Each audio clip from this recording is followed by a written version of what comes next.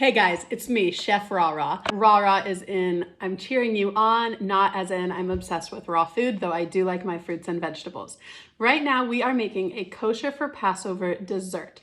This is no bake, good for people that are on a no processed sugar diet, and great for people that just want really good energy. In my kosher for Passover cookbook, I don't give amounts for ingredients because I want you to be able to figure out how to do this on your own. I know it's giving you a lot of power in the kitchen, but I think you should have that power to be able to make your own recipes. So let me show you something.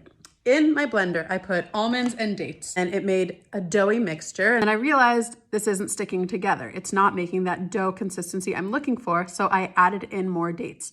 This is what I want you to get comfortable doing. Make it into a ball, press my finger into the center, wet my fingers slightly, very slightly. I don't want too much water.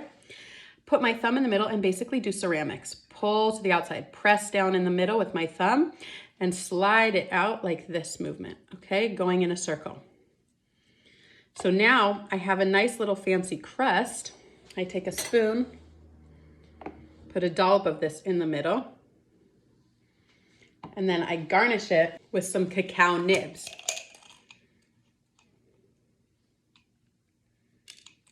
Okay, and that right there is a really fancy dessert that I can freeze and people can have individual portions. I've transferred my mixture to a parchment paper lined pan and I'm pressing it in so that it fills the base. So I'll take my filling, pour it out, and spread it on top. Garnish it with some cacao nibs here, okay? These are filet cacao in Hebrew. It's just the cacao bean chopped up, okay? So we can just sprinkle these on top. It's less than 10 ingredients that you should always have in your home. You can eat these year round or just for Passover, depending on what kind of a lifestyle you're trying to live. But I guarantee you, these are going to be a huge hit for you, moms. Hide these in the back of your freezer. Don't let anybody touch them. And when you need that mom snack, just know that Chef Rah Rah has got your back. Here we go. Now we're going to make our filling. So this one is going to be on the base of dates. I like to use medjool dates. They're very soft, filled with flavor. I have about a cup here. Around 9 large dates is a cup. These have been in the fridge, so they're kind of hard right now. And generally I would say not to keep them in the fridge so that they won't be as hard, but I'm using a Vitamix high-speed blender, so I know that my blender can handle this. Otherwise, I would tell you to soak them in water ahead of time. We're going to be adding water anyway to this recipe. So here we have my dates. Now I'm gonna add some shkeidia. This is gonna make it kind of creamy, okay? This is just almond paste. And, okay, so I'm gonna fill this. I'm adding about 3 tablespoons.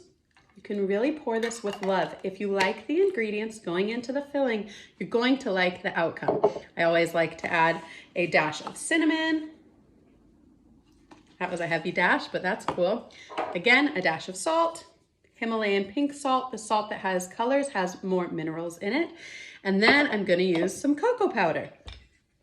Again, make sure the ingredients that you're finding are kosher for Passover. I'm gonna put in about 2 tablespoons of this. You can put in a little bit more, a little bit less. You could also leave it out if you're not such a chocolate lover. And then I'm gonna use coconut oil because this is going to help my filling harden when I put it in the freezer. I take my spoon and I'm just gonna get like a full spoonful here. Most people and most recipes might tell you to have it already softened. What I'm gonna do instead is just use hot water, and that's gonna melt it, okay? So here we've got a nice dollop of coconut oil. I'm going to add hot water. I always like to start with a little bit while we're making our fillings, and then you can always add later. If you don't wanna use water, you could try to use coffee. That's also really great for this base. So here we go. I'm filling up about halfway full of my dates.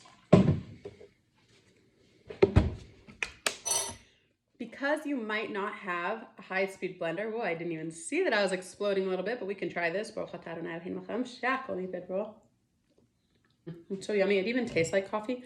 without being coffee. If you might not have a high-speed blender like the Vitamix, you might need to use more liquid. That's okay. Just always start with less liquid and then add more. But look at this. This is like caramel. So firstly, this could just be a dip. You could dunk apples in this. That would be delicious. What we're gonna do is pour it on top of the cake. Okay, this stuff seriously is like caramel.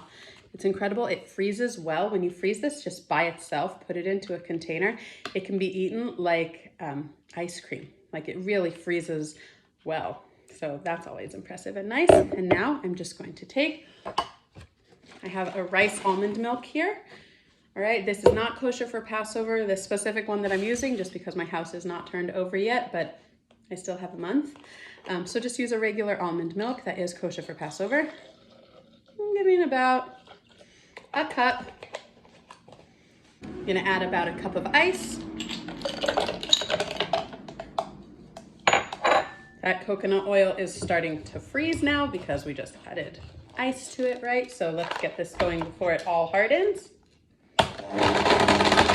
And to be honest, what I should have done is at the beginning added a little bit of hot water and shook it up.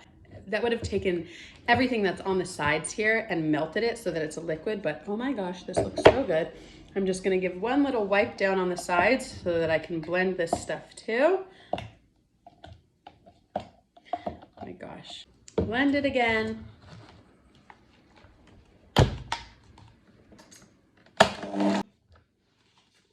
Open it up.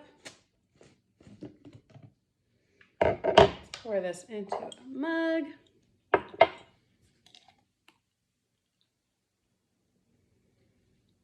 And I always like to top things with cacao nibs because they're just like sprinkles to me. A little bit of a heavy pour there. So yummy.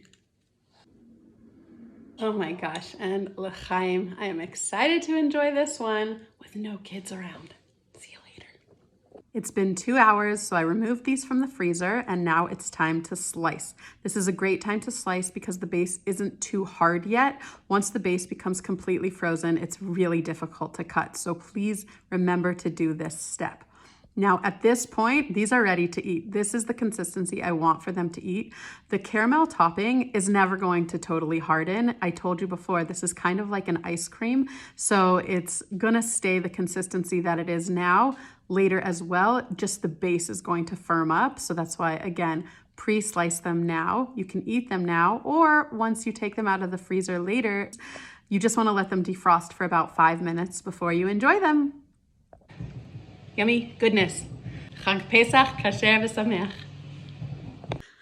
Follow me at Chef Rara online, Instagram, YouTube, Facebook, or just get my number and give me a call if you have any questions or you want a little bit more guidance. And be sure to order my cookbook available on Amazon.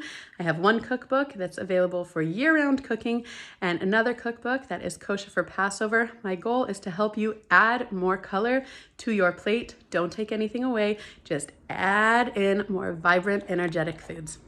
Chag Sameach.